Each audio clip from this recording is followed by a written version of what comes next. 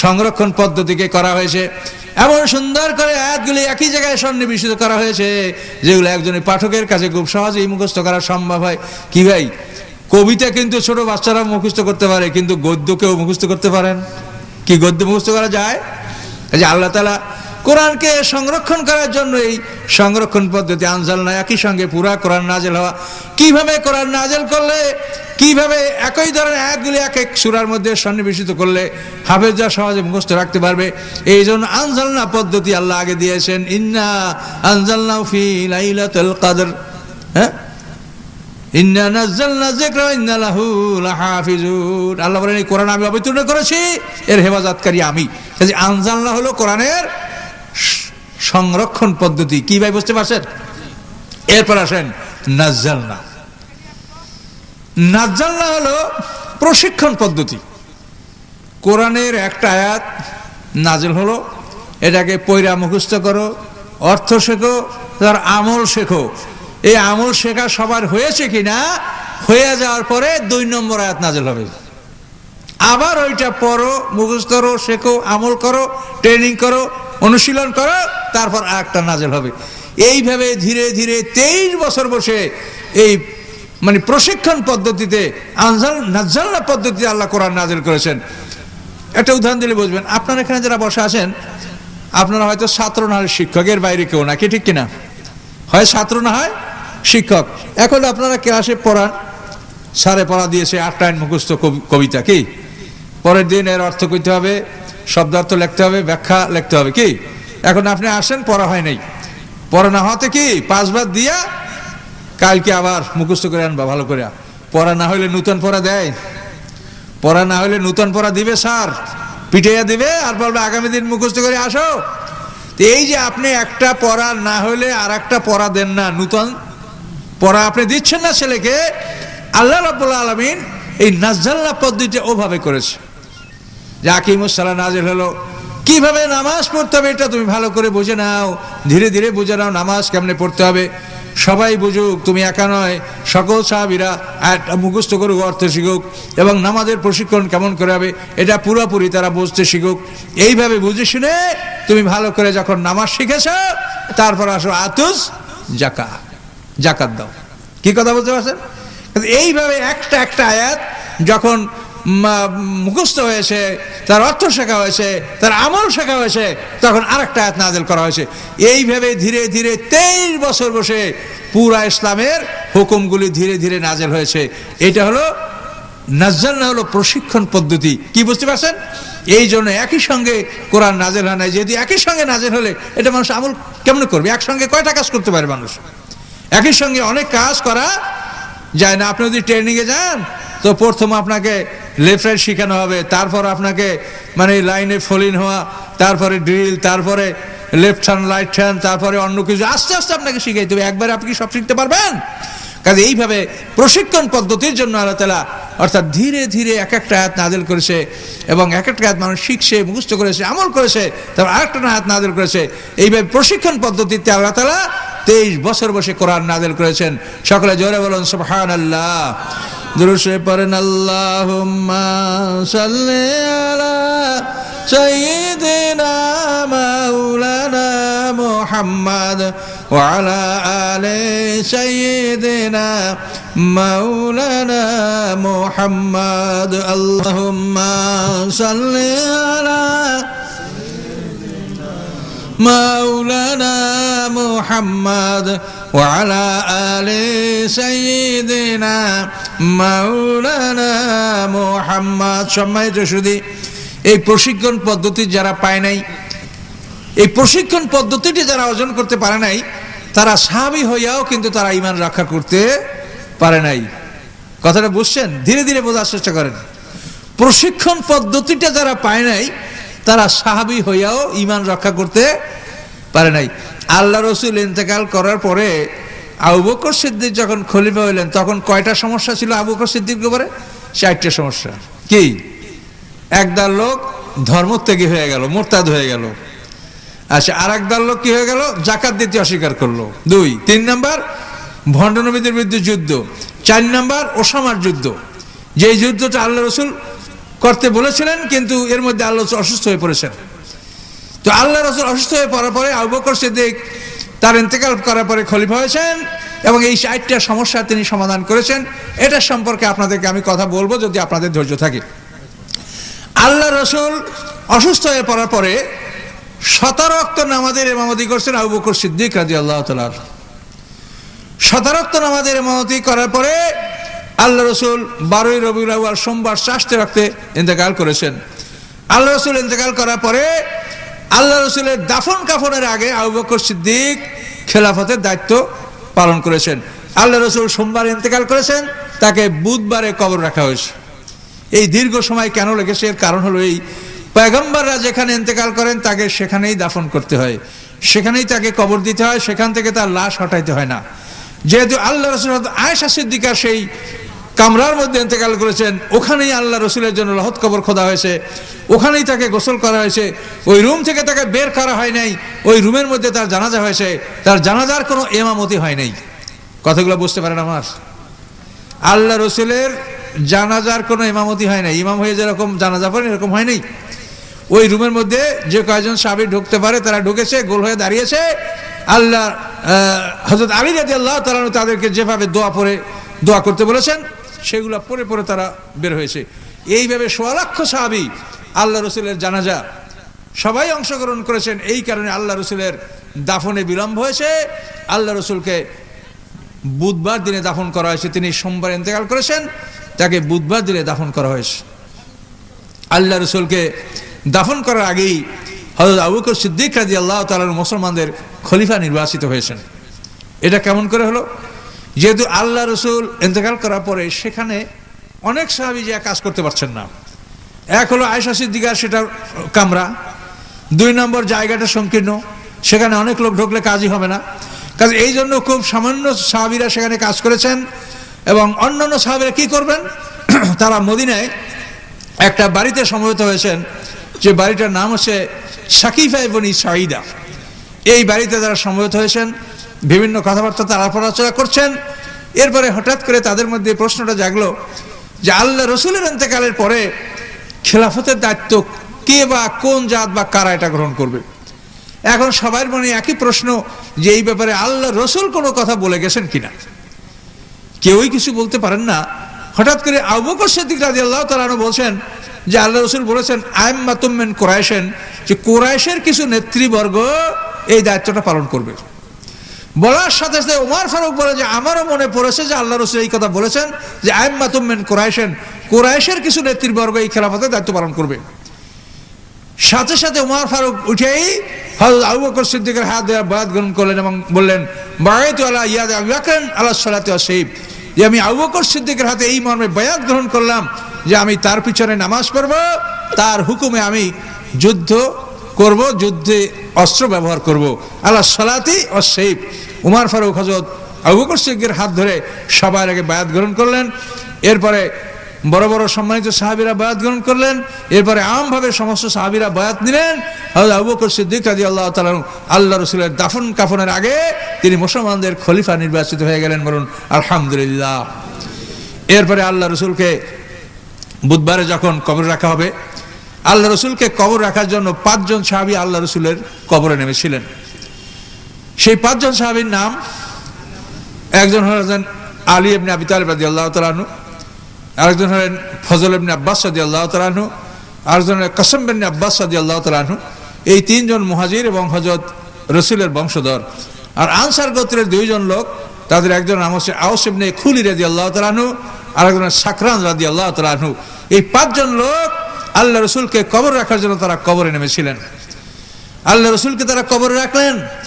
কবরে রাখার পরে সবচাইতে মর্মান্তিক ঘটনা যেটা ঘটলো সেটা হলো এই, আল্লাহ রসুলের সাহাবী কাসম বিন আব্বাস রাদিয়াল্লাহু তাআলা আনহু আল্লাহ রসুলের পাশে কবরবেদী শুয়ে পড়লেন এবং তিনি বললেন যে তোমরা আল্লাহ রসুলের কাছে আমাকে দাফন করে দাও।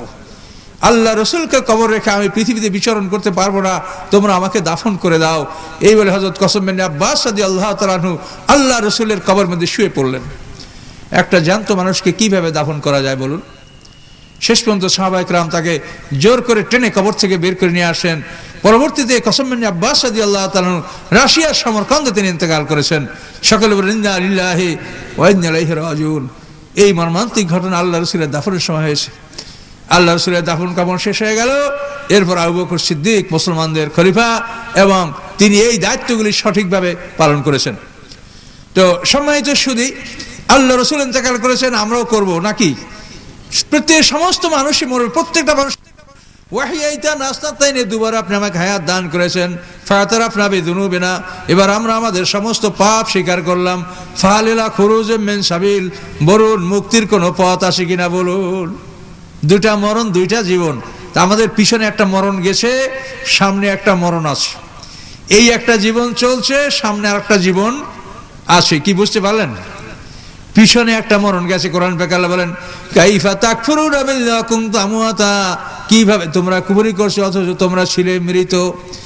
কিভাবে তোমরা কুফরি করছো, তোমরা ছিলে মৃত, আমরা মরা ছিলাম। ওই আল্লাহকে দেখে আমরা যখন বলছি কালু বালা, হে আল্লাহ আপনি আমাদের রব, এই সাক্ষী দেওয়ার পরে আমরা মরে গেছি, এইটা হলো আমাদের প্রথম মরণ। এই মরণের পরে আমাদের কবর হচ্ছে বাপ মার পিঠ। এন্টিনা যেরকম চাপ দিয়ে ঘাট ঘাট ঘাট একটা মধ্যে ঢুকে দেন না, ওই রকম আমরা আস্তে আস্তে মানে আদম আলাইহিস সালামের পিঠে ঢুকে গেছি সব।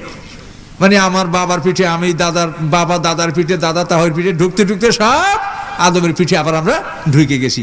যেভাবে বের হয়েছে ওইভাবে ঢুকে গেছি। তো প্রথম মরণের পরে আমাদের কবর হচ্ছে পিতামাতার পিঠ, বাবার পিঠ। এই কবরে আমরা ছিলাম, সেখান থেকে আমরা দুনিয়াতে আসি। এখন আমাদের জীবন চলছে, জীবনের সামনে আমাদের মরণ আছে। এই মরণ যখন আসবে, মরণ কেমন করে হবে? মুমিনের মরণ, কাফেরের মরণ, ফাসিকের মরণ একরকম হয় না। তিন দফার মরণ তিন রকমের হয়। বড় ভয়ঙ্কর কথা। মুমিনের মরণ কেমন করে হয়, কাফেরের মরণ কেমন করে হয়, ফাসিকের মরণ কেমন করে হয়, আপনাদের শোনারও আগ্রহ আর বলারও ইচ্ছা, কিন্তু সামান্য সময় তাফসীর করা যায় না। তো মানুষের মরণ কেমনে হয় দেখেন। কাফেরের মরণ সম্পর্কে বলছি। কাফেরের যখন মৃত্যুর সময় আসে, তখন আজরাইল গ্রুপের এক ঝাঁক ফেরেশতা আছে। আজরাইল গ্রুপে কোটি কোটি ফেরেশতা আছে। আজরাইল গ্রুপে কোটি কোটি ফেরেশতা আছে। হেড অফ দ্য ডিপার্টমেন্ট হলো আজরাইল। আজরাইল গ্রুপে এক ঝাঁক ফেরেশতা আসে, জাহান্নামের ছবি নিয়ে আসে, জাহান্নামের বর্তন নিয়ে আসে। আয়েশা বলে হে নফসে আম্মারা, হে নফসে খবিসা, তোমার ঠিকানা জাহান্নাম, তুমি বের হয়ে আসো। ছবিটা দেখায়, তোমার এই দেখো জাহান্নাম, এখানে তোমার ঠিকানা, তোমার জন্য বর্তন নিয়ে আসি, খাঁচা নিয়ে আসি, এখানে ভরে নিয়ে যাবো, আসো। যখন ও দেখে যে আল্লাহর ফেরেশতা হাজির হয়ে গেছে, সারা জীবন আল্লাহকে বিশ্বাস করে নাই, ফেরেশতা বিশ্বাস করে নাই। এবার ফেরেশতা দেখে আর ঈমান এসে গেছে। এবার আল্লাহর কাছে বলে রব্বির জিউন, হে আল্লাহ আমার প্রাণটা আপনি ফিরাইয়া দেন। রব্বির জিউন, হে আল্লাহ আমার প্রাণটা ফিরাইয়া দেন। লাল্লি আমালু আমালান সালিহান ফিমা তারাকতু, এতদিন যে ভালো কাজগুলি আমি করি নাই, সব ভালো কাজগুলি আমি করব। আল্লাহ আমার প্রাণটাকে আপনি ফিরাইয়া দেন। তখন এইভাবে সে বলতে থাকবে। আল্লাহ বলেন কাল্লা, কখনোই না, তোমার দ্বারা হবে না, কখনোই না, ফিরিয়ে দেওয়া হবে না। তার কারণ হলো আল্লাহ বলছেন ঈমান আনতে হবে গায়েবের উপরে। আল্লাযীনা ইউমিনুনা বিল গায়ব, ঈমান আনতে হবে গায়েবের উপরে। গায়েব যদি হাজির হইয়া যায়, তখন ঈমান আনলে সেই ঈমান কবুল হবে না। কি বুঝতে পারছেন? মৃত্যুর নিদর্শন যদি প্রকাশ পেয়ে যায়, গায়েব যদি হাজির হয়ে যায়, তাহলে সেই ঈমান কবুল হবে না। এখন ফেরেশতা গায়েব, কাজে এখন মরার সময় আপনি ফেরেশতা দেখতে পাচ্ছেন, গায়েব হাজির হয়ে গেল, কাজে এখন এই ঈমান আপনার কবুল হবে না। কি কথা বুঝতে পারেন? ঈমান আনতে হবে গায়েবের উপরে। গায়েব যদি হাজির হয়ে যায়, তখন ঈমান আনলে সেই ঈমান আল্লাহ কবুল করবে না। কি কথা বুঝতে পারছেন? ফেরাউন যখন দেখে যে আমার মৃত্যুর ফেরেশতা হাজির হয়ে গেছে লোহিত সাগরে, ফেরাউন কোথায় ডুবেছে? লোহিত সাগরে। আবার নীল নদে কহেন না। এগুলো আপনাদের ভূগোল সম্পর্কে অভিজ্ঞতা লাগবে। এই যে আরবের পশ্চিম দিকে এই যে লোহিত সাগর, তাই না? এই লোহিত সাগরের মাথায় হলো আকাব উপসাগর। এই আকাব উপসাগরের মাথায় 120 মাইল সুয়েজ খাল। এই সুয়েজ খালটা 1854 সালে মিশরের গভর্নর আব্দুল হামিদ পাশার আমলে এই সুয়েজ খাল কাটার পরিকল্পনা গ্রহণ করা হয়েছে। 1870 সালে এই সুয়েজ খাল কাটা কমপ্লিট হয়েছে। এটাকে কেটেছে ফরাসি জয়েন্ট স্টক কোম্পানি। এই সুয়েজ খালটা ভূমধ্যসাগরের সাথে মিলেছে। এই ভূমধ্যসাগরের পরে এদিকে আপনি চলে যান পশ্চিম দিকে, ভূমধ্যসাগরের মাথা হলো জিব্রাল্টার, মানে জাবালুত তারেক। তো বোঝেন, এই খ্রিস্টানরা শয়তান, আর ওই জাবালুত তারেক থেকে বানাইছে জিব্রাল্টার। এখন এখানে আমি কেন বললাম যে এই মানে আপনি ভূমধ্য সাগরে ঢুকেই পশ্চিম দিকে যখন আগাবেন, প্রথম যে সামুদ্রিক বন্দর পড়বে সেটা হলো পোর্ট সৈয়দ।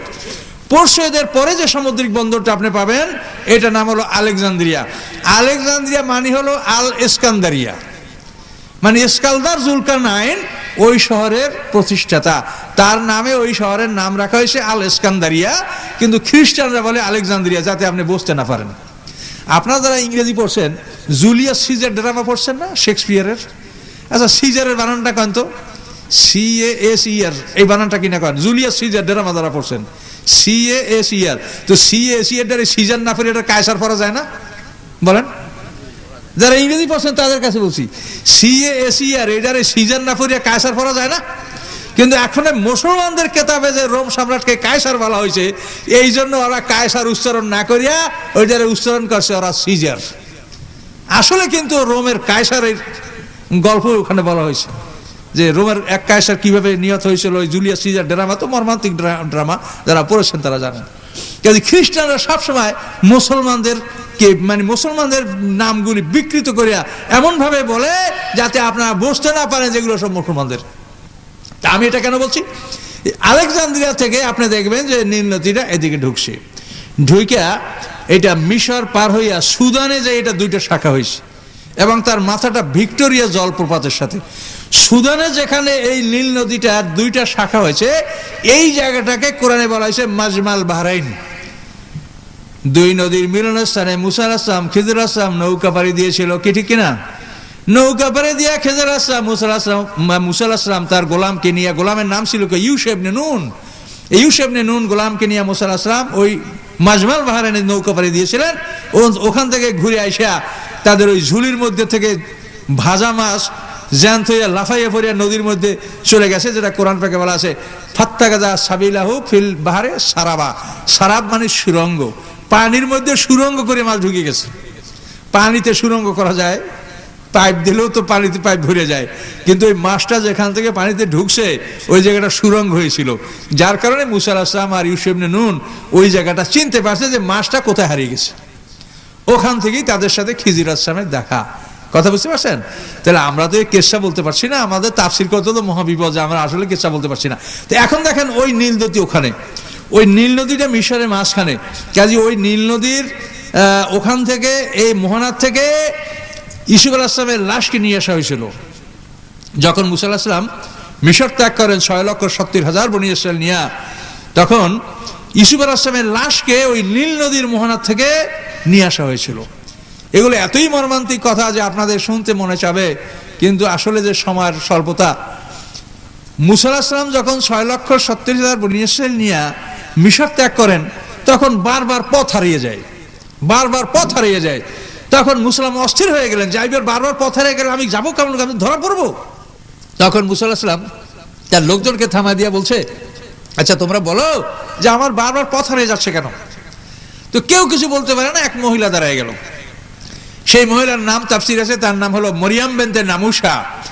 এই মহিলার বয়স ছিল 700 বছর।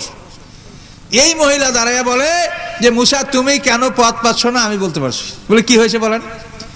তখন ওই মহিলা বলে যে আমরা বনী ইসরাইল, আমরা তো ইউসুফ আলাইহিস সালামের কারণে মিশরে এসেছি। আমাদের তো বাড়ি হলো কেনানে, ওই হলো মিশর, আর কেনান হলো সিরিয়ায়, প্রায় 1,500 মাইল পূর্ব দিকে। তা আমরা ইউসুফ আলাইহিস সালামের উসিলায় এই মিশরে বসবাস করছি, আমরা বনী ইসরাইল। আমাদের বাড়ি তো সিরিয়ায়, কেনানে।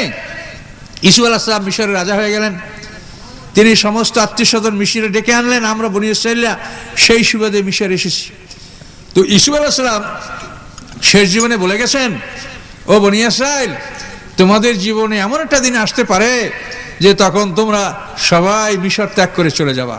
এরকম একটা দিন তোমাদের আসবে, কিন্তু যখন তোমরা সবাই মিশর ত্যাগ করে চলে যাবা, তখন তোমরা আমার লাশটাকে সঙ্গে করে নিয়ে যেও, আমাকে একাকে তোমরা মিশরে রাইখে তোমরা চলে যেও না। এইটা ইউসুফ আলাইহিস সালাম ওসিয়ত করে গেছে। কাজে আজকে আমরা 6,70,000 বনী ইসরাইল মিশর থেকে পালিয়ে যাচ্ছি, ইউসুফ আলাইহিস সালামের লাশ রয়েছে মিশরে, কাজে এই লাশের কারণে আমরা পথ হারিয়ে ফেলছি। এখন সবাই দেখে যে ঘটনা তাই।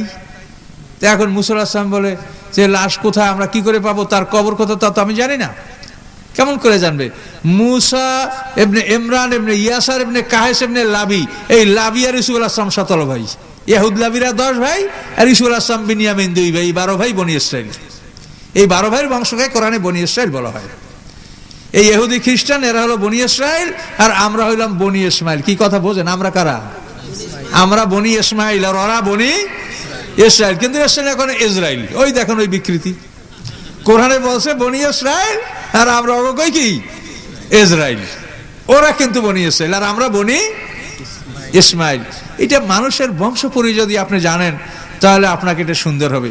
পৃথিবীর মানুষ আমরা যারা আছি, আদম আলাইহিস সালামের 120 জোড়া সন্তান, তার মধ্যে আমরা সবাই হলাম শীষ আলাইহিস সালামের বংশধর। অন্য কোনো ছেলের বংশধর পৃথিবীতে নাই, তাহলে আমরা শীষ আলাইহিস সালামের বংশধর। এরপরে নিচে আসেন নূহ আলাইহিস সালাম পর্যন্ত। নূহ আলাইহিস সালাম এখানে যদি আসেন, যে নূহ আলাইহিস সালামের 4টে ছেলে, সাম, হাম, ইয়াফেস, কেনান। তা আমরা হলাম সেমিটিক জাতি, সামের বংশধর।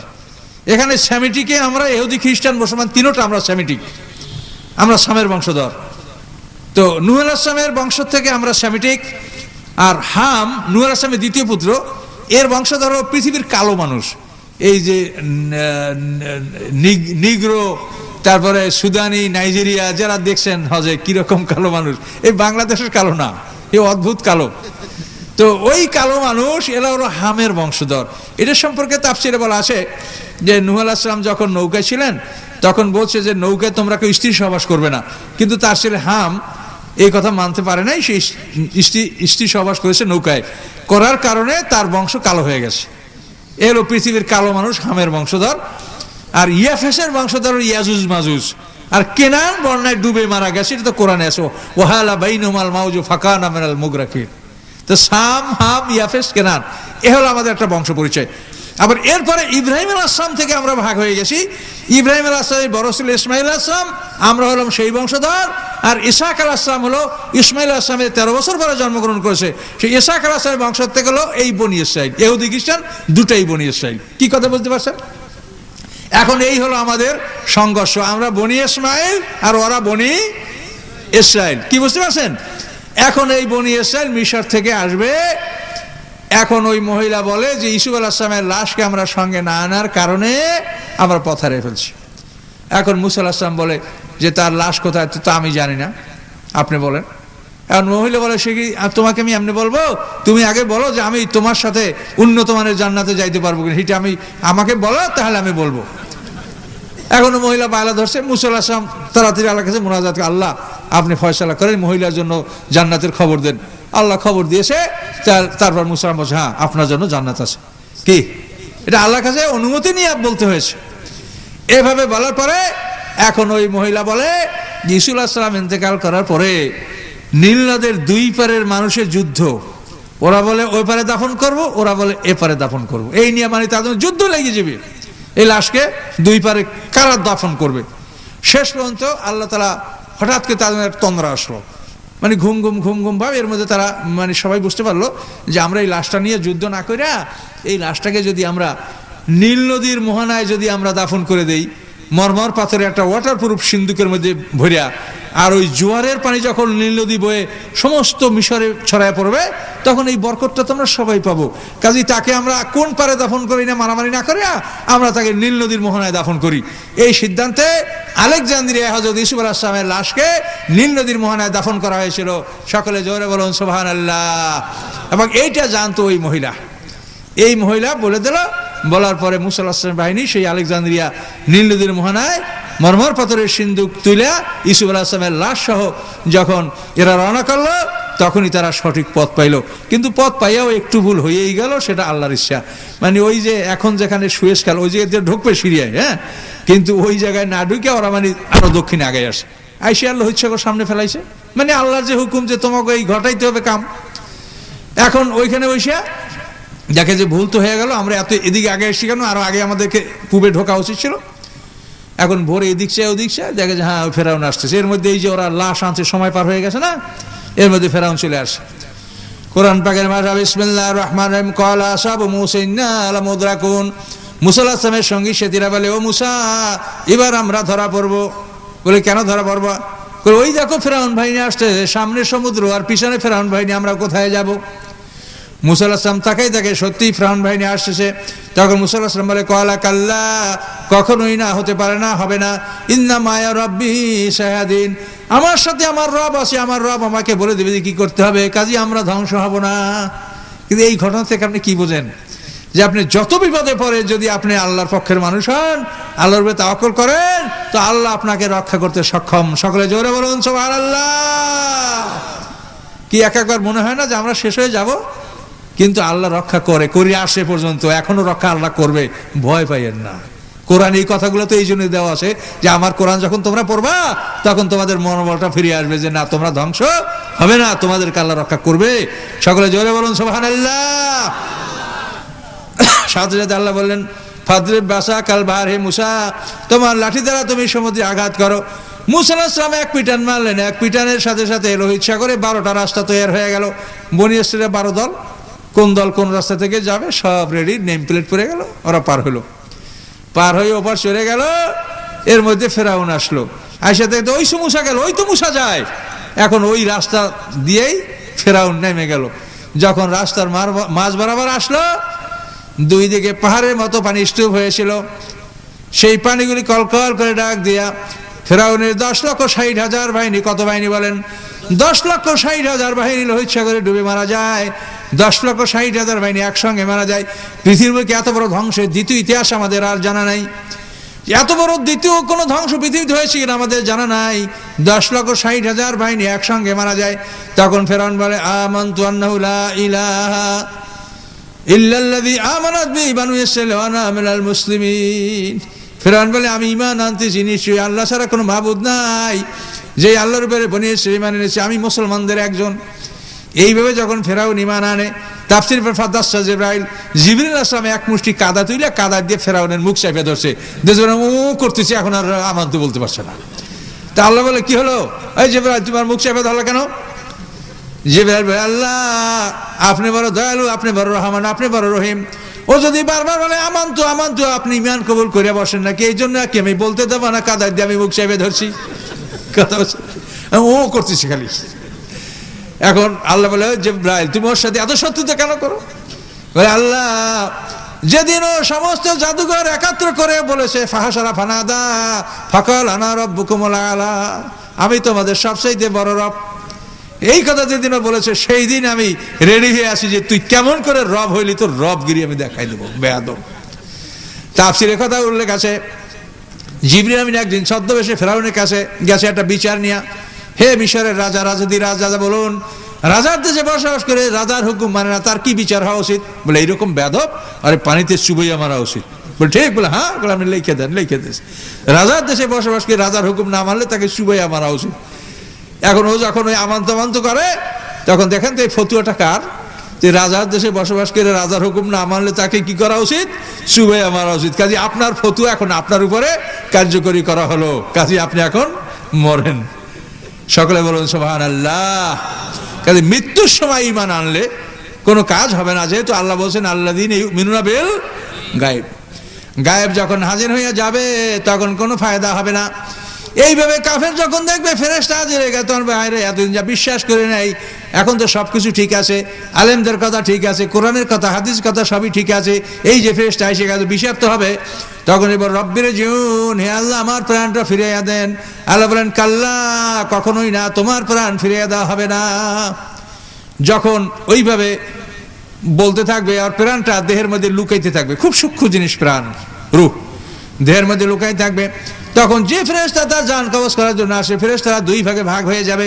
এক ভাগ ফেরেশতা দেহের মধ্যে ডুব দিয়া প্রাণটাকে টাইনে টাইনা মুখের কাছে নিয়ে আসবে, আর একদল ফেরেশতা উপর থেকে পিটাইতে থাকবে। কুরআন পাক আল্লাহ বলেন নাসিয়াতে গারকা, ওই সকল ফেরেশতার কসম যারা ডুব দিয়া টানে। কোথায় ডুব দিল? দেহের মধ্যে ডুব দিয়া টাইনা টাইনা প্রাণটাকে মুখের কাছে নিয়ে আসে। নাসিয়াতে গারকা। আর একদলে কি করে কেমন অবস্থাটা হবে ফেরেশতারা যখন তাদের জান কবজ করবে, তখন ফেরেশতারা তাদের মুখের উপরে চেহারার উপরে পিটাইতে থাকবে। তো একদল উপর দিয়ে পিটাবে আর একদল ভিতর দিয়ে ডুব দিয়ে টাইনা প্রাণটা মুখের কাছে নিয়ে আসবে। গারকা, ওই সকল ফেরেশতার কসম যারা ডুব দিয়া টানে। সম্পূর্ণ কোরআনের কথা। এইভাবে টাইনা প্রাণটা যখন মুখের কাছে নিয়ে আসবে, তখন আজরাইল প্রধান ফেরেশতা আইসা বন্ধন খুলবে। আজরাইল বন্ধন খুলে না দিলে কোনো মানুষের প্রাণ বাইর হওয়ার কোনো বুদ্ধি নাই, আর এই বন্ধন আজরাইল ছাড়া কেউ খুলতে জানে না। আজরাইল বন্ধন করে প্রাণটা বাইর করে ওদের হাতে তুলে দেবে, ওরা বর্তনে করে এই প্রাণটাকে সিজ্জিন নামক কারাগারে জমা দিয়ে দেবে। বলুন সুবহানাল্লাহ। এইভাবে কাফেরের মৃত্যু হয়। আর মোমেনে ফাসেক, যারা মোমেন কিন্তু ফাসেক, নেকামল করে নাই, হজ করে নাই, জাকাত, এরকম বহু লোক আছে কোটি কোটি টাকার মালিক কিন্তু হজ করে নাই। আমাদের এলাকায় বহু লোক শত শত বিঘা জমির মালিক কিন্তু হজ করে না।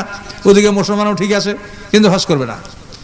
কাজে এই ধরনের মানুষের যখন মৃত্যু আসবে তখন সেই মোমেনে ফাসেক বলবে কি, রব্বি লাউলা আখরাতানি ইলা আজালিন কারীব ফাসাদদাকুম মিনাস সালিহিন। হে আল্লাহ, আপনি আমাকে অল্প সময়ের জন্য অবকাশ দেন, অল্প সময়ের জন্য একটু মোহলত দেন, ঢিল দেন, আমি সৎকার করব, দান করব, আমি নেককার হয়ে যাব।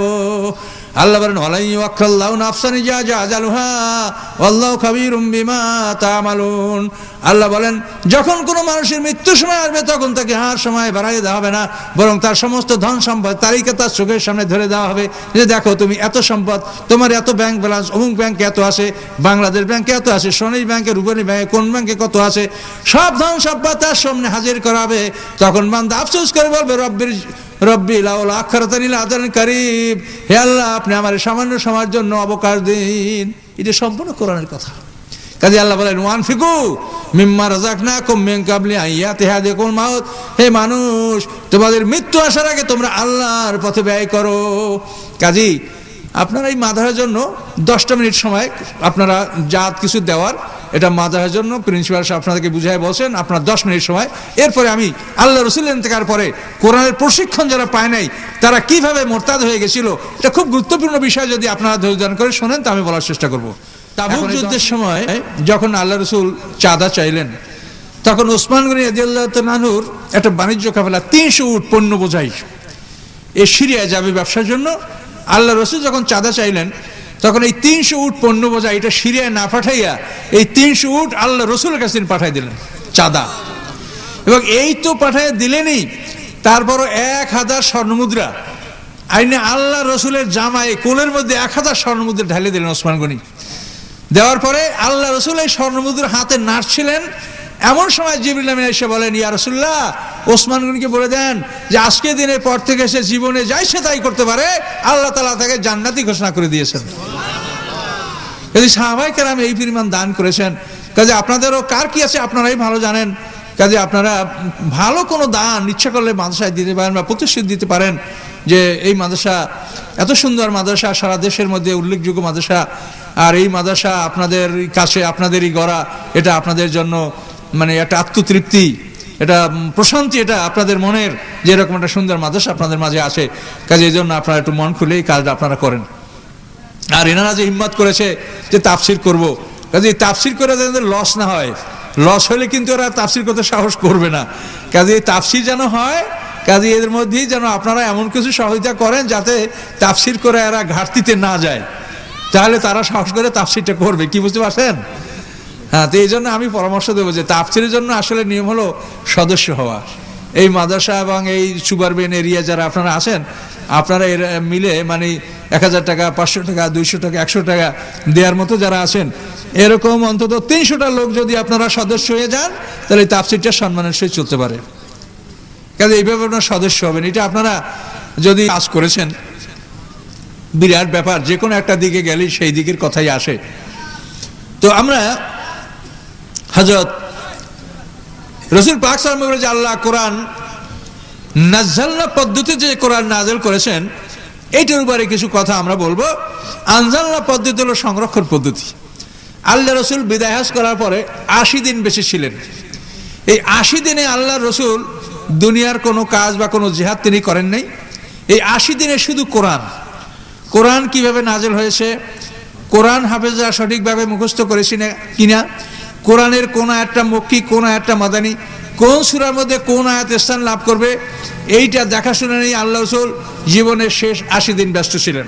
এবং এই সময়ের মধ্যে আল্লাহ রসুল নিজে 2 বার মুখস্থ কোরআন আল্লাহর ফেরেশতা জিবরিলকে শুনিয়েছেন, আবার জিবরিল আমিন 2 বার আল্লাহ রসুলকে মুখস্থ কোরআন শুনিয়েছেন, বিনিময় করেছেন যে কোরআনের মধ্যে কোনো রকম ভুল ভ্রান্তি এবং কোরআনের সংরক্ষণ পদ্ধতিতে কোনো রকম কোনো সমস্যা না থাকে, এইটা আল্লাহ রসুল তার শেষ জীবনে করেছেন।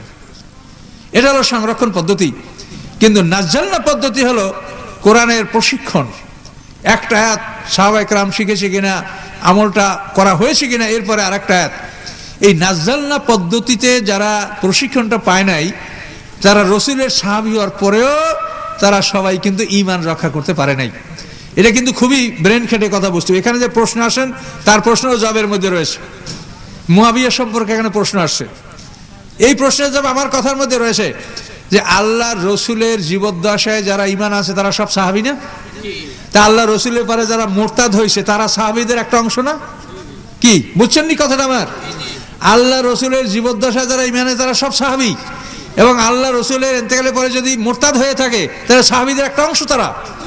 তাহলে এই সাহাবীদের একটা অংশ মুরতাদ হওয়ার কারণটা কি, এটা অনুসন্ধান করে দেখেন। কারণটা হলো এখানে যে প্রশিক্ষণ পদ্ধতিটা এইটা তারা পায়নি। যারা মুসলমান হয়েছে, ঝাঁকে ঝাঁকে ইসলাম গ্রহণ করেছে, কিন্তু ওই যে 23 বছর বসে ধীরে ধীরে কোরআন নাযিল হয়েছে এবং প্রশিক্ষণটা কোরআনের পেয়েছে, এই প্রশিক্ষণ পদ্ধতি যারা পায় নাই তারা কিন্তু সবাই ঈমান রক্ষা করতে পারে নাই। এবং সাহাবায়ে কেরামদের মধ্যে তারতম্যটা হয়েছে, তারতম্য যে কেউ ভালো কেউ মন্দ। এই যে মুআবিয়া সম্বন্ধে আপনারা প্রশ্ন করেন, কিন্তু আবু বকর সিদ্দিক সম্বন্ধে কারো প্রশ্ন আছে? ওমর ফারুক সম্পর্কে প্রশ্ন আছে? কাজেই যাদের সম্পর্কে প্রশ্ন আসে সেখানে মানে কিছু না কিছু সমস্যা আছেই, যার জন্য এই প্রশ্নগুলো আসে। তো এই প্রশ্নগুলোর আসে একমাত্র কারণ হলো যে প্রশিক্ষণ পদ্ধতিটা যারা পায় নাই। আল্লাহ রসুলের কাছে থেকে থেকে 23 বছর বসে ধীরে ধীরে যেভাবে কোরআনের প্রশিক্ষণটা হয়েছে, এই প্রশিক্ষণ পদ্ধতি যারা পায় নাই তাদের মধ্য থেকেই কিছু সংখ্যক লোক মুরতাদ হয়ে গেছে। আবু বকর সিদ্দিক তাদের বিরুদ্ধে অভিযান চালিয়েছেন এবং তাদের বিরুদ্ধে যুদ্ধ করেছেন। মুরতাদ হয়েছে কারা দেখেন, এই আরবের এই ম্যাপ তো এখানে দেখাইলাম, এই আরব সাগর। এবার দেখেন এইখানে হরমুজ প্রণালী, তারপর ওমান সাগর, তারপর পারস্য সাগর, তার মাথায় সাতিল আরব নদী, এর মাথায় ফোরাত এবং দজলা, এই দুই নদীর মাঝখানে বেবিলন বা মেসোপটেমিয়া, এটা হলো ইরাক আর এটা হলো সিরিয়া। তো এখন এইখানে এই যে পারস্য সাগর, এই পারস্য সাগরের পারেই একটা জায়গা আছে নাজরান। তো এই নাজরানে এইখানে মুসলমানদের একটা গ্রুপ মুরতাদ হয়ে গেছিল। যার গ্রুপটা মুরতাদ হয়ে গেছিল সেই নেতার নাম হলো মানজার ইবনে সাবি, আর যে গ্রুপটা মুসলমান ছিল তাদের নেতার নাম হচ্ছে জারুদ ইবনে মুআল্লা। তো যারা মুরতাদ হয়েছে তারা মুসলমানদেরকে বন্দী করেছে এবং তাদের উপরে মানে করছে, চাপ প্রয়োগ করছে যে তোমরা মুরতাদ হও, দিন থেকে ফিরে আসো। হযরত আবু বকর সিদ্দিক রাদিয়াল্লাহু তাআলা আনহু তাদের ব্যাপারে কিভাবে সিদ্ধান্ত নিয়েছিলেন, এই অত্যন্ত কঠিন ব্যাপার। সামান্য সময় আমি আপনাদের কথা বলতে পারবো না, তবে কথাটা শুরু করি। আল্লাহ রসুলকে দাফন কাফন সেরে আবু বকর সিদ্দিক তার পরামর্শ সভা নিয়ে বসলেন। বসার পরে তিনি এই প্রস্তাবগুলি করলেন যে আমার সামনে এই সমস্যাগুলি তোমরা বলো। যে ওসামার যুদ্ধ, যার হাতে আল্লাহ রসুল ঝান্ডা বেঁধে দিয়েছিলেন, সেই যুদ্ধ তোমাদের সামনে। একদল লোক মুরতাদ হয়ে গেছে, ভণ্ডবীরা ইসলামের বিরুদ্ধে ষড়যন্ত্র করছে, আবাস এবং জুমিয়ান গোত্রের লোকেরা যাকাত দিতে অস্বীকার করছে। তখন সাহাবায়ে কেরাম বললেন যে আমরা সবই করব, কিন্তু আমাদেরকে একটু সময় দিতে হবে। আল্লাহ রসুল আমাদের মাঝে নাই, কাজে আমরা সবই করব, আমাদেরকে সময় দিতে হবে, এক্ষুনি আমরা কিছু করতে পারবো না, আমাদেরকে সময় দেন। তেন আবু বকর সিদ্দিক ঘোড়ার উপরে সওয়ার, তিনি বললেন যে আল্লাহর পক্ষে আমি এবং আল্লাহর বিপক্ষে যারা, পৃথিবীর সমস্ত গাছপালা, জিন, পাথর, পর্বত সব যদি সেদিকে থাকে আর আমার পক্ষে যদি কেউ না থাকে, তা আমি একা আবু বকর সিদ্দিক তাদের বিরুদ্ধে লড়াই করব। এই বলে আবু বকর সিদ্দিক একা তার ঘোড়াটাকে সামনে আগায় দিলেন যে আমি একা যুদ্ধ করব, যদি তোমরা মনে করো সময়ের প্রয়োজন, আমি তোমাদেরকে সময় দিব না। তখন সমস্ত সাহাবায়ে কেরাম দাঁড়িয়ে গেলেন, দাঁড়িয়ে আবু বকর সিদ্দিকের ঘোড়াটা তাকে ঘিরে ধরলেন যে আবু বকর, আপনার হাতে আমরা বায়াত হয়েছি, আপনার হাতে আমরা বায়াত হয়েছি, কাজে আপনি যা বলেন তাই করব, বলেন কি করতে হবে। তখন ওইখানে ঘোড়ার উপরে বসে আবু বকর সিদ্দিক বলে দিলেন যে এইভাবে তোমরা যুদ্ধ করো, যে যারা মুরতাদ হয়ে গেছে তাদের বিরুদ্ধে যুদ্ধ করবে সেনাপতি হবে আলা হাজরামি রাদিয়াল্লাহু তাআলা আনহু। জাকাত দিতে যারা অস্বীকার করেছে তাদের বিরুদ্ধে আমি নিজে যাব। ভণ্ডমেদের বিরুদ্ধে খালিদ ইবনে ওলীদ, মুসান্না, ইকরামা এরা সব যাবে। আর ওসামার যুদ্ধে ওসামা যাবে। এই আবু বকর সিদ্দিক একই সঙ্গে এই 4টা যুদ্ধের পরিকল্পনা গ্রহণ করে চতুর্দিকে তিনি সৈন্য পাঠিয়ে দিলেন। তো সম্মানিত সুধী, এখানে যে কথাটা, এই কথাগুলো তো ব্যাপক বলা যাবে না, তো যেখানে মূল কথাটা সেটা হলো এই ভণ্ডনবীর কথাটি আপনাদেরকে বলি। এই ভণ্ডনবীদের বিরুদ্ধে যারা যুদ্ধে গেল তারা 13,000 সৈন্য মুসলমানদের, কিন্তু প্রথমবারে তারা যুদ্ধে পরাজিত হলো। পরাজিত হওয়ার পরে সাহাবায়ে কেরাম মদিনায় খবর পাঠালেন যে অবস্থা খারাপ। তখন খালিদ ইবনে ওলীদ এবং অন্যান্য দিক থেকে আরো সৈন্য সেখানে সমবেত হলো। হওয়ার পরে পুরাতন সাহাবীরা বলছে যে খালিদ, তুমি আমাদেরকে মুক্তি দাও। তো কিসের মুক্তি? মুক্তি হলো, সাহাবীরা বলছে যে নতুন মুসলমান যারা তাদেরকে পৃথক করো। এই নতুন মুসলমানদেরকে নিয়ে আমরা যুদ্ধ করতে পারছি না, তোমরা এদেরকে পৃথক করো। আমরা যারা পুরান মক্কা বিজয়ের আগে যারা পাকাপাকি এদেরকে লাও। মক্কা বিজয়ের সময়ও কাউকে কাউকে লাও, কিন্তু সবাইকে না। এই বলে তারা অনুরোধ করলো। এখন খালিদ ইবনে ওলীদ নতুন এবং পুরান সাহাবী বাছাই করলেন। বাছাই করাতে 10,000 বাদ গেল, 3,000 টিকলো। 13,000-এর মধ্যে 10,000-ই বাদ নতুন, 3,000 পুরাতন সাহাবী। শেষ পর্যন্ত সেই 3,000 সাহাবী তারা সংকল্পবদ্ধ হলেন যে আমরা ভণ্ডনবীদের বিরুদ্ধে যুদ্ধ করব। তাদের সৈন্য সংখ্যা ছিল 1 লক্ষ এবং পারস্যের সীমানায় যুদ্ধটা ছিল। ইরানিরা এই ভণ্ডনবীদের বিরুদ্ধে সহযোগিতা করতেছিল। এখানে খুব মজার মজার ইতিহাস আছে, আমি বলতে পারছি, আমি দুঃখিত। তাফসীরটা 2-3 দিন হইতো, তাহলে আমি এই কথাগুলো সুন্দর করে ইতিহাস তুলে বলতে পারলে আপনারা খুব আরাম পেতেন। তো সম্মানিত সুধী, এইভাবে যখন যুদ্ধ শুরু হলো 3,000 সাহাবীর, তারা এমনভাবে যুদ্ধ শুরু করলেন, সেই যুদ্ধে 300 হাফেজে কোরআন শহীদ হয়ে গেল মুসলমানদের। এবং অগণিত মুসলমান শাহাদাত বরণ করলে এটাকে বলা হয় গার্ডেন অফ ডেথ, এটা মৃত্যুর বাগান। এত সাহাবায়ে কেরাম শাহাদাত বরণ করলেন, কিন্তু শাহাদাত বরণ করেও শেষ পর্যন্ত মুসলমান এই যুদ্ধে জয়লাভ করলো। মুসাইলামা কাজ্জাবকে সেই যুদ্ধে হত্যা করা হলো। এবং ওহাসী উহুদের যুদ্ধে যে হযরত হামজা রাদিয়াল্লাহু তাআলা আনহুকে শহীদ করেছিল, সেই ওহাসী ওই বল্লম দ্বারাই, যেই বল্লম দ্বারা সে হযরত হামজাকে শহীদ করেছিল, ওই বল্লম দ্বারাই সে ওহাসীকে হত্যা করেছে। এবং আল্লাহর কাছে বলেছে, আল্লাহ, এই বল্লম দ্বারা আপনার প্রিয়তম একজন সাহাবীকে আমি, আপনার প্রিয়তম একজন বান্দাকে আমি হত্যা করেছিলাম, সেই বল্লম দ্বারাই আমি আপনার চরম শত্রুকে আমি হত্যা করেছি। আল্লাহ, এই খুনের বিনিময়ে আপনি ওই খুনের পাপ আমার মাফ করে দেন। এইভাবে হযরত ওহাসী রাদিয়াল্লাহু তাআলা আল্লাহর কাছে দোয়া করেছিলেন এবং মুসলমানরা সেই যুদ্ধে জিতেছিল। এখানে মূল কথাটা কি, যে কোরআনের প্রশিক্ষণ যারা পায়নি। আজকে আমাদের দেশে মুসলমানদের সন্তান হইয়া ইসলামের বিরোধিতা করছে, এর একমাত্র কারণ যে সাহাবায়ে কেরাম সাহাবী হইয়া আল্লাহ রসুলকে দেখিয়া মুসলমান হইয়া কোরআনের প্রশিক্ষণ যারা পায়নি, তারা মুরতাদ হয়ে গেছে। কাজে আমাদের এই সমাজের যে সমস্ত আমাদের মুসলমানদের সন্তানরা ইসলামের বিরোধিতা করছে, ইসলামের বিরুদ্ধে ষড়যন্ত্র করছে, তারা না বুঝি শুনি এটা করছে। আমাদের এই সমাজে কেউ নাই যে দোজখে যাইবে। কেউ আছে কন? হিন্দুকে জিজ্ঞাসা করেন, আমি স্বর্গে যাব। হিন্দু স্বর্গে যাইবে, তাহলে আমাদের দেশে রাজনৈতিক কোন দলের লোক দোজখে যাইবে কন? রাজনৈতিক দল যেই করুক, সবাই জিজ্ঞেবেন যাইবে কোথায়? আমরা ভেস্টে যাব। ভেস্টে আমরা সবাই যেতে চাই এবং যাওয়া উচিত আর কামনা করা উচিত, যেহেতু আমরা মুসলমান। কিন্তু আমাদের ভুলটা কোথায়? ভুলটা হচ্ছে কোরআনের প্রশিক্ষণ না পাওয়ার কারণে আমাদের এই মারাত্মক ভুলটা হচ্ছে। কাজে এইটা কোনো কিছুতেই হবে না। কোরআনের প্রশিক্ষণ ছাড়া কোনোভাবেই এটার কোনো রিমেডি নেই, এটার কোনো সমাধান নাই। কাজে কোরআনের প্রশিক্ষণ আসবে, তখন এটা ভালো হবে। দেশের মানুষ ভালো করবেন। আপনি পুলিশ যে আছে, বাংলাদেশের সব মানুষ পুলিশ বানাই দেন, তারপরে দেখবেন দুর্নীতি এরকমই থাকবে। চরিত্র ভালো না হওয়া পর্যন্ত, ভালো মানুষ না হওয়া পর্যন্ত কোনো মানুষের স্বভাবের পরিবর্তন আসবে না। কোরআনের প্রশিক্ষণ ছাড়া কোনো মানুষের স্বভাব ভালো হবে না। কিন্তু দেশে মানে চলছে তার উল্টো কাম, মানে কোরআনের শিক্ষা যেটুকু আছে এটুকু না থাকে, এই বুদ্ধি চলছে। কাজে এইটা করে দেশে আরো মারাত্মক ক্ষতি হবে। কাজে এই ধরনের চিন্তা ভাবনা আপনাদের বাদ দেওয়া উচিত। কোরআনে যা আছে, কোরআনের চাইতে ভালো তো দূরের কথা, কোরআনের সমকক্ষ পৃথিবীতে কিছুই নাই। পৃথিবীতে কোরআনের সমকক্ষ কিছুই নাই। সেজন্য আমি আমার এক স্যারের কথা বলছি। ঢাকা ইউনিভার্সিটিতে আমার ইংরেজি সাবসিডিয়ারি সাবজেক্ট ছিল। তা আমাদের ইংলিশ ডিপার্টমেন্টের হেড ছিল আব্দুল মোনেম খান, তখন পাকিস্তান আমলের। তো এই স্যারের কাছে যখন আমরা ইংরেজি পড়তে যাইতাম, তখন স্যার আমাদেরকে পড়াইয়া টড়াইয়া ক্লাসের শেষে একটা কথা উনি প্রায়ই বলতেন যে আমি পৃথিবীর সব দেশে গেছি, আমি পৃথিবীর সব দেখেছি, আমি সব ঘুরেছি, কিন্তু এই পৃথিবীতে কোরআন ছাড়া আর কিছু নাই। পৃথিবীতে যদি একটা সম্পদ থাকে তা কোরআন, এছাড়া পৃথিবীতে কিছু নাই। ওই লোকটা এই কথা বলতো। কাজে আজকে পৃথিবীতে আপনারা যাই যা বুদ্ধি করেন, কারো বুদ্ধি কিছু না, কোরআনের বাইরে কোনো জ্ঞান নাই। কোরআন মানুষের হৃদয়ের অন্ধকার দূর করে, সূর্যের আলো মানুষের চোখের অন্ধকার দূর করে, আর কোরআন মানুষের হৃদয়ের অন্ধকার দূর করে। কাজে হৃদয়ের অন্ধকার যে দূর না করেছে, সে কেমন মানুষ? সে তো ওই মানুষ। দেখেন আমরা কেমন মানুষ, গরু সেইতে আমরা বোকা, কি ঠিক কিনা? গরু যদি দেখে যে এইখানে গোবর ভরে ঘাস হয়েছে, গরু তো খাবে, নাকে টান দিয়া সরে যাবে, গরু ওই ঘাস খাবে না। আর আমরা মানুষ, আমরা 6 মাস বয়সে পায়খানা বলে ধরতে পারি, তো পায়খানা ধুয়ে দিয়ে হালুয়ার মতো আমরা খাই কিনা বলেন? তাহলে গরুর বুদ্ধি বেশি না আমাকে বুদ্ধি বেশি? কর গরুর বুদ্ধি আমাকে সেই তো অনেক বেশি। এটা আমার বাস্তব জীবন অভিজ্ঞতা।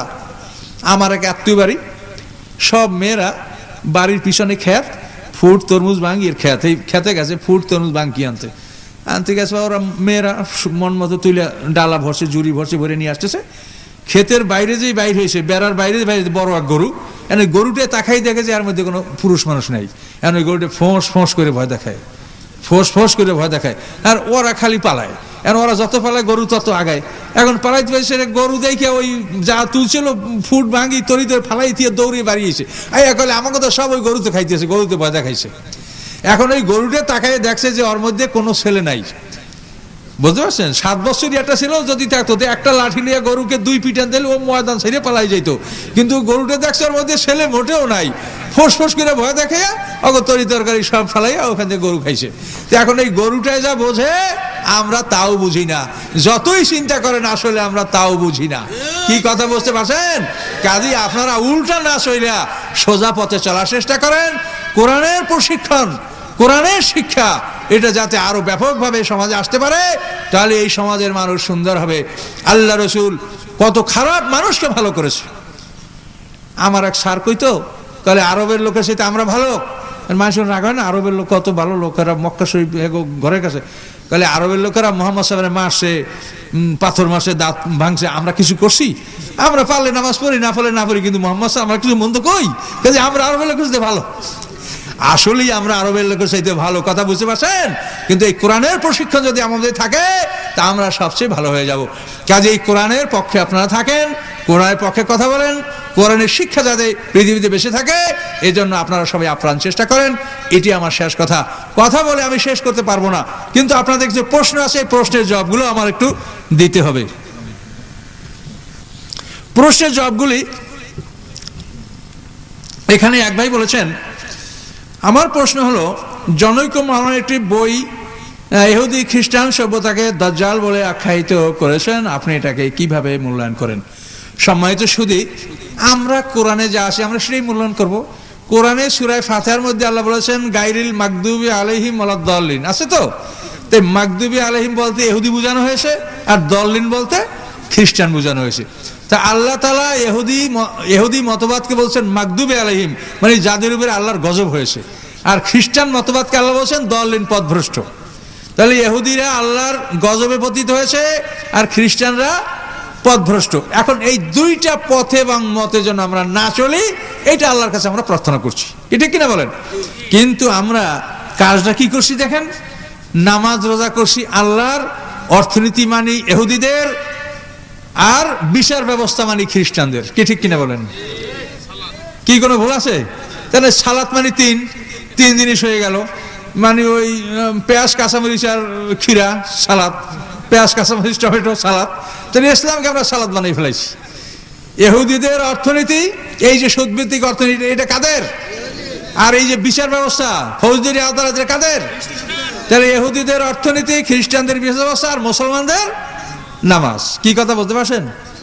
কাজী ইঞ্জিন যদি উড়োজাহাজের, কথা বলতে পারছেন? আর যদি চাকা হয় ট্রাকের, কি আর প্যাডেল হয় যদি স্টিমারের, তো ইয়া কোনো জায়গায় চলে? জলে, স্থলে, হাওয়ায় কোনো জায়গায় চলবে? কাজে এই জন্য পৃথিবীতে মুসলমানরা এখন অচল হয়ে গেছে, যে মুসলমানরা আসলে তাদের ধর্মকে জড়াইয়ে গড়ায় ফেলছে। কাজে এটাকে মানে শর্ট করিয়া পৃথক করতে হবে, কথা বুঝতে পারছেন? কাজে ইহুদি খ্রিস্টানদের মতবাদকে কেউ দাজ্জাল বলে, সেটা তার মনের ব্যাপার, কিন্তু ইহুদিদেরকে আল্লাহ বলছেন মাগদুবি আলাইহিম, আর খ্রিস্টানদের বলছেন দল্লিন। কাজে আল্লাহ যেটা কোরআনে বলছে ওটাই আমরা বলবো।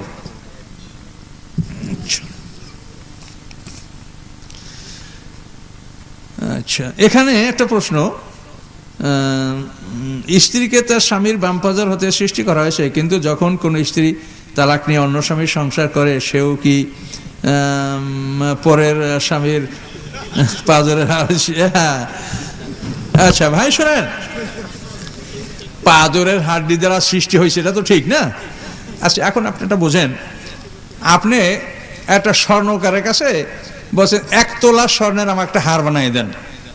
1 তোলা স্বর্ণের হার বানাইতে গেলে ওনার তো 1.25 তোলা লইতে হবে, তা নাহলে 1 তোলা তো সারবে না, একটু বেশি লইতে হবে না বানাইতে হলে। ওটা কাইটে কেটে 1 তোলা আপনাকে মাইপে দেবে, কি ঘষা মাজা যাবে না। তো এখন ওই আপনাকে 1 তোলা দেবে আর কিছু ঘষা মাজা কাটাকোটা আসে, এরকম 3 জন আর 3টা যদি বা 4 জন আর 4টা যদি এরকম বানাই দিয়া ওই ঘষা মাজা কাটাকোটা কিছু থাকে, তাতে যদি আবার 1 তোলা হয়ে যায়, তো ওই 4 জন আর কাটাটা 1 তোলা দিয়ে তো আরেকটা বানাই দেবে একজনের, দেবে কিনা বলেন। তো ওই জনের মনে করেন 3-4 জনের হাড্ডি থেকে যে গুড়াগাড়া পরিয়ে রয়েছে, ওই গুড়া দ্বারা যদি আর একটা মহিলা বানাই রাখা হয়, তো সে তো 4 ঘরে যাবেই, কি যাওয়ার সম্ভাবনা আছে কিনা বলেন। কাজে এটা হতেই পারে, কোনো সমস্যা নাই। আর একাধিক বিয়া করলে মনে করেন তার একার পাদরের হাড্ডি থেকে আল্লাহ তাআলা 4 জন বানাতে পারে। হযরত আদম আলাইহিস সালামকে যখন জান্নাতে রাখা হলো, তখন আল্লাহ বললেন ওই গাছের ফল খাবে না, কিন্তু তার পরেও খেলেন। কিন্তু ওখানে শয়তান ছিল কিনা? হ্যাঁ, শয়তান তো ছিলই। সাপের মুখে শয়তান জান্নাতে ঢুকেছে, সাপের মুখে করে ঢুকছে, হাওয়া বাতাস, ও তো আগুনের তৈরি, ধোঁয়া বিনা দেখা যায় নাই। এবং সেই গাছের কাছে যাই ও সেতারের বাজনা বাজাইছে শয়তান। ক্যানভাসার দেখলে আমার শয়তানের কথা মনে পড়ে। ক্যানভাসারে দেখেন না, বাজনা বাজাইয়া সব মানুষ জমা করে, তারপর পচা ঔষধ বেছে। শয়তান জান্নাতে যেয়ে ওই বৃক্ষের কাছে সাপের মুখে ও সেতারের বাজনা বাজিয়েছে, কিন্তু আদম দেখতে পায় নাই, দেখে সাপের মুখে বাজনা। ওই বাজনা শুনে আদম হওয়া সে গাছের কাছে আসছিল, এবং শয়তান প্রথম আল্লাহর কসম করে মিথ্যা কথা বলেছে। সে আল্লাহর কসম করে বলছে যে এই গাছের ফল খেলে তোমরা ফেরেশতা হয়ে যাবে, অমর হয়ে যাবা। কিন্তু আদম হওয়া বুঝতে পারে নাই যে আল্লাহর কসম খেয়ে কোনো মানুষ মিথ্যা কথা বলতে পারে, বা কেউ মিথ্যা কথা বলতে পারে। এটা আদম হওয়া পৃথিবীর নতুন মানুষ, সরল মানুষ, তারা এটা বুঝতে পারে নাই। যে কারণে তারা ওই আল্লাহর কসম করে বলার পরে ওই গাছের ফল তারা ভক্ষণ করেছে। হযরত মুআবিয়া রাদিয়াল্লাহু নামের শেষে বলা যাবে, রাদিয়াল্লাহু বলা যাবে? হ্যাঁ, বলা যাবে। তিনি সাহাবী, রাদিয়াল্লাহু বলবেন, তাতে কি? বিচার করবে আল্লাহ, আমরা কি বিচারের মালিক? কাজে আমরা বিচারের মালিক না, আমরা মুআবিয়া রাদিয়াল্লাহু তাআলা আমি বলবো, কোনো সমস্যা নাই। তবে তার যে কৃতকর্ম সেটা বিচার আল্লাহ করবে কি তাকে মাফ করবে সেটা আল্লাহই জানেন, কিন্তু আমরা তাকে রাদিয়াল্লাহু বলবো, এটার কথা। এটার ব্যাপারে কোনো বিতর্ক না করাই ভালো। কি মৃত্যুর পরে কোন ফেরেশতা গলায় আমলনামা লেখার পর মুনকার নেকির আসছে সওয়াল জবাব করবেন? ভাই, এটা আপনি ওই আমার একটা তাফসীর আছে, লাতার কাবুল না তাবাকানান তাবাক, যে মানুষের যে স্তর বদলিটা, এই তাফসীরটা শুনলে আপনি এইসব প্রশ্নের জবাব পাবেন। মানে মানুষের ফেরেশতা বদলি হইতে থাকে। মাতৃগর্ভে এক ফেরেশতা, নাবালেগ অবস্থায় এক ফেরেশতা, বালেগ হওয়ার পর ফেরেশতা, মৃত্যুর ফেরেশতা, তারপর কবরে মুনকার নেকির, তারপর ইসরাফিল, তারপর ওই ফেরেশতায়, এই ফেরেশতা বদলির একটা পালা আছে। কাজেই বিভিন্ন সময় ফেরেশতা বদলি হবে। কাজেই এটা আপনি জানতে পারবেন ইনশাআল্লাহ যথাসময়। এক সময় তো সব কথা বলা যায় না। তবে মৃত্যুর পর থেকে কিয়ামত পর্যন্ত মানুষ মুনকার নেকির অধীনে থাকবে। আবার ওই কিয়ামতের সময় ইসরাফিলের অধীনে সব চলে যাবে। এভাবে এটা হবে আর কি।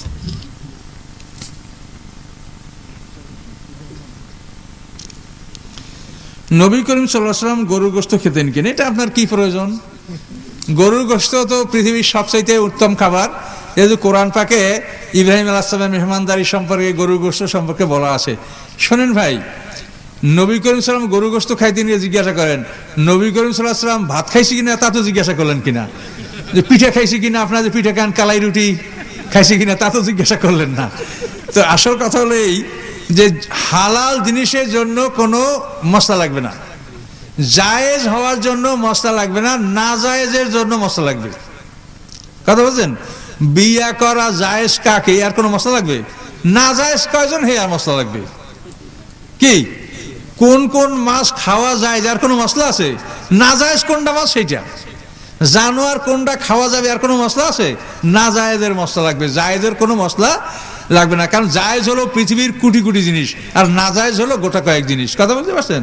কাজে এই জন্য জানিয়ে রাখেন, এটা বিধান হলো আসলুল আশিয়া ইবাহাতুন, অর্থাৎ পৃথিবীর সমস্ত সৃষ্টিকেই আপনি মোবা বা জায়েজ মনে করতে হবে, কিন্তু না জায়েজ কয়টা এটা আল্লাহ বলে দেবেন, আর সবগুলি আপনি জায়েজের মধ্যে ধরে নিতে হবে। কাজে এই জন্য আল্লাহ রাসূল গরু খাইছেন কিনা এটা আপনার চিন্তা করার প্রয়োজনই নেই।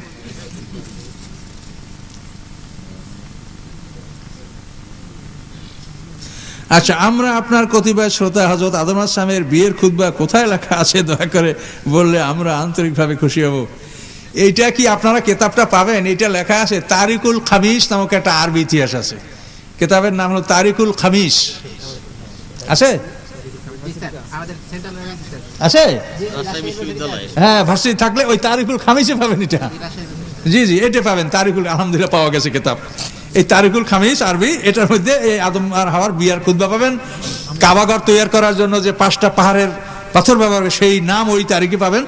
আমার কাছে কাসাসুল আম্বি আরবি আছে, সেইটা আছে যে কাবাঘর নির্মাণ করার জন্য 5টা পাহাড়ের পাথর ব্যবহার করা হয়েছে, কিন্তু নাম নাই। কিন্তু তারিকুল খামিসে ওই পাহাড়ের নামও আছে। কিন্তু তারিকুল খামিস যদি আপনাদের থাকে, তা আপনারা ইউনিভার্সিটির পক্ষ থেকে যদি ওই কিতাবটা বাংলা করতে পারেন, কিন্তু এটা বিরাট খেদমত হবে। জি, এটা কিন্তু খুব একটা ভালো ইতিহাস। আচ্ছা, আমার প্রশ্ন হচ্ছে, অনেকেই মনে করে যে মুসলমান হয়ে মরলে নাকি একদিন না একদিন জান্নাত পাওয়া যায়। কোরআন হাদিস সম্পর্কে কি কতখানি প্রমাণ, কতখানি? আপনি যদি ঈমান নিয়ে মরতে পারে তা আপনি জান্নাতে যাবেন, এতে কোনো সন্দেহ নেই। ঈমান নিয়ে যে মারা যাবে সে একদিন জান্নাতে যাবে, এতে কোনো সন্দেহ নাই। কিন্তু সেই ঈমান নিয়ে আপনার মৃত্যু হবে কিনা, এটা সাংঘাতিক ব্যাপার। কাজেই শিরক যদি আপনার মধ্যে থাকে, তাহলে শিরকের গুনাহ আল্লাহ মাফ করবেন না। শিরক যদি আপনার মধ্যে না থাকে আর নেকামল যদি কম থাকে, তা ঈমান নিয়ে যদি আপনার মৃত্যু হয়, তা আপনি একদিন একদিন জান্নাতে যাবেন এবং সুপারিশ করে করে আপনাকে শেষ পর্যন্ত দোজখ থেকে বের করা হবে। এটা ঠিকই আছে, এতে কোনো সন্দেহ নাই।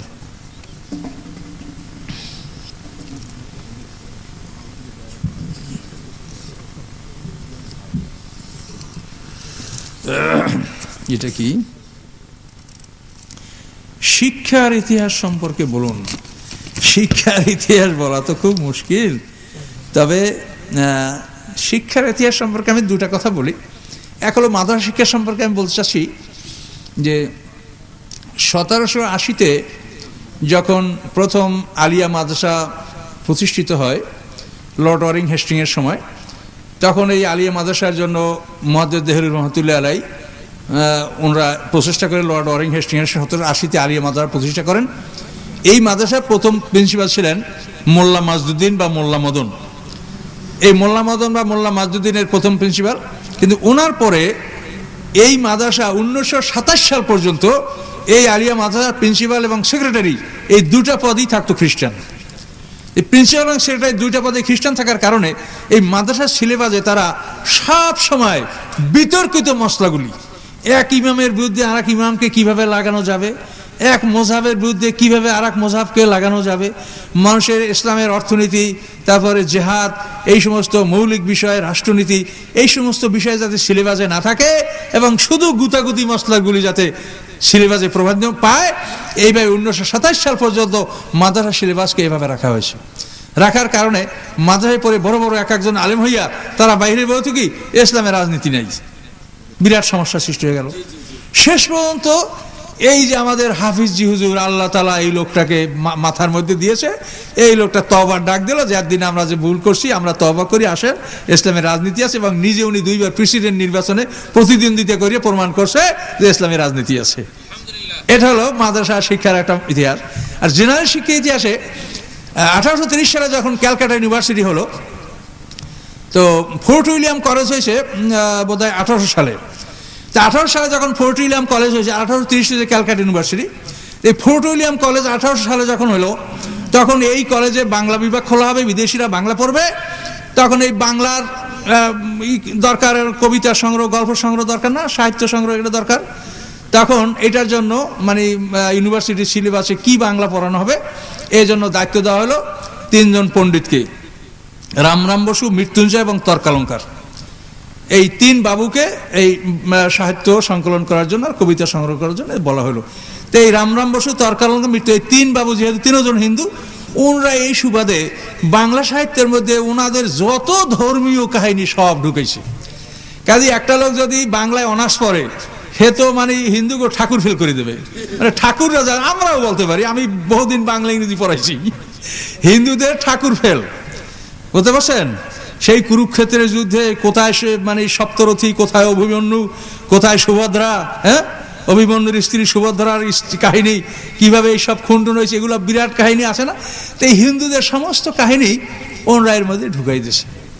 আর মুসলমানরা তখন বাংলা সাহিত্য চর্চা করতো না, বাংলা বলাটাকে তারা মনে করতে এটা অপমান, তারা উর্দুতে কথা বলবে, ফার্সিতে কথা বলবে, আরবিতে বলবে, এটি ছিল মুসলমানদের ট্র্যাডিশন এবং জমিদার ফ্যামিলির ছিল এগুলি ভাষা, যার জন্য সেই সময় বাংলা সাহিত্যের চর্চা মুসলমানদের মধ্যে ছিল না।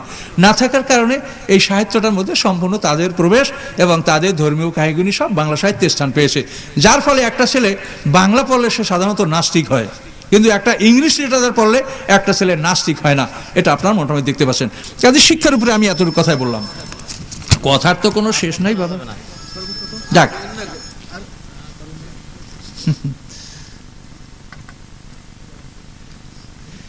আল্লাহ মানুষ জাতি কি জন্য সৃষ্টি করেছেন?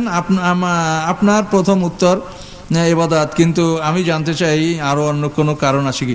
শোনেন, আল্লাহ মানুষ কি জন্য সৃষ্টি করবেন সেটা আল্লাহই বলেছেন। সৃষ্টি করার আগে তিনি বলছেন ইন্নী জাইরুন ফিল আরদি খলিফা। ইবাদত কথাটা আল্লাহ পরে বলছেন, কিন্তু সৃষ্টির আগেই, মানে যেখানে প্ল্যান, এই যে বিল্ডিংটা করবেন না, শয়তার প্ল্যানটা আছে না, প্ল্যানের পরে তো কাজ। তো আল্লাহ তাআলা যখন প্ল্যানটা পেশ করছেন ফেরেশতাদের কাছে, সেই প্ল্যানে কি বলা? প্ল্যানে বলা ইন্নী জাইরুন ফিল আরদি খলিফা, অর্থাৎ পৃথিবীতে এরা খেলাফতের দায়িত্ব পালন করবে। এই খেলাফতের দায়িত্ব পালন করার জন্য মানব জাতির সৃষ্টি করা হয়েছে। কাজেই মানুষের প্রধান কাজ হলো খেলাফতের দায়িত্ব পালন করা, এবং এই খেলাফতের দায়িত্ব পালন করার জন্য যে তার মধ্যে ফিটনেস লাগবে, এই ফিটনেসের জন্য হলো তার ইবাদত। এই মাইকটায় কথা বলবে, ফিটনেস লাগবে না? কাজেই আপনি খেলাফতের দায়িত্ব পালন করবেন, ইঞ্জিনের ফিটনেস লাগবে না? এই ফিটনেসের জন্য হলো ইবাদত, আর মূল কাজ হলো আপনার খেলাফত। بس استغفر الله الذي لا اله الا هو الحي القيوم واتوب اليه لا حول ولا قوه الا بالله العلي العظيم اللهم صل على محمد وعلى ال محمد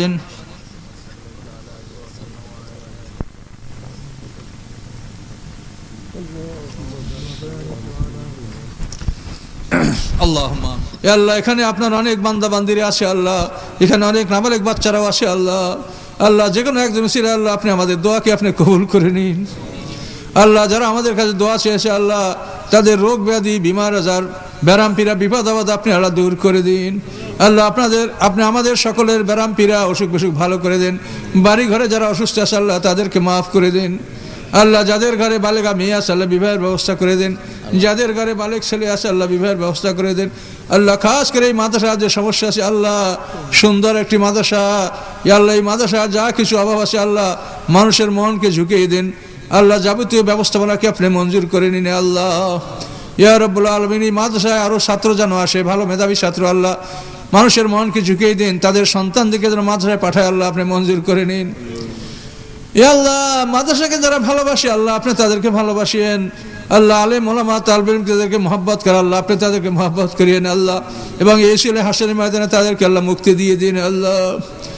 রব্বানা তাকাব্বাল মিন্না ইন্নাকা আনতাস সামিউল আলিম وتب علينا إنك أنت التواب الرحيم سبحان ربك رب العزة عما يصفون وسلام على المرسلين الحمد لله رب العالمين السلام عليكم ورحمة